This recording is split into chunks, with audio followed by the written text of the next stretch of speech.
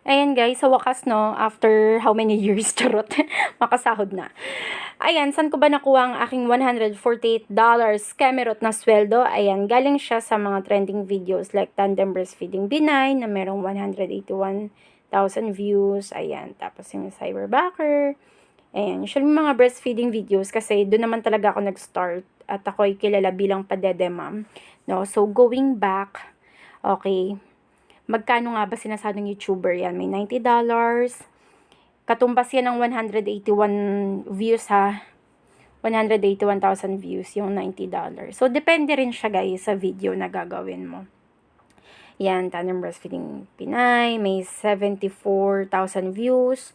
Cyberbacker application failed. Tignan natin kung magkano. Meron siyang $3.48, no? In fairness naman. Meron siyang 5,000 views. Tas $3 yung ano natin, kinita. Meron din akong video dito na 4,000 views, pero ang katumbas nga lang $1.56. So, depende siya talaga guys sa niche mo. Kaya importante kapag meron kang niche, no, or certain topic. So, ayan guys, $148.02.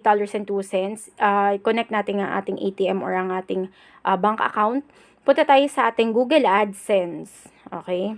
Nakita niyo yung color red dyan sa taas. Your payment are currently on hold. Action is required, keme. Click action and then add new wire transfer details. So, dito guys, ilalagay na natin ang name natin, full name. Ano nga ba yung bank name natin? Kung BDO man yan, BPI man yan, East West Bank, Metro Bank, no? UCPB, RCBC, no?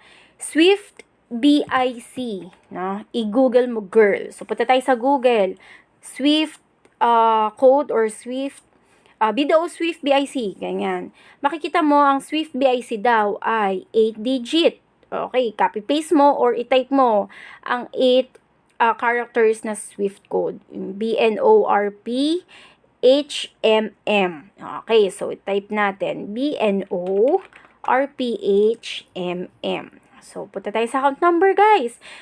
Always remember, magkaiba yung card number sa account number ha. Make sure meron kayong deposit slip, passbook, no? Para siguradong makopya nyo ng maayos ang inyong account number. Bawal tayo magkamali dyan, guys.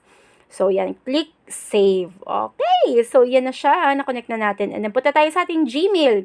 Click natin, Google Payments. Ayan, nag-email siya. Click natin yan. And then, para ma-verify natin, no, na tayo talaga yung gumawa ng modification. Click tayo sign in. Ayan, para ma-direct tayo sa ating AdSense account. Ayan, sign in lang guys. And then, click Chrome. Ayan, mapupunta ka na ulit sa iyong AdSense, no? Ayan, home, Kemerot. Okay, so yun na guys. Maraming salamat sa panonood. Bye!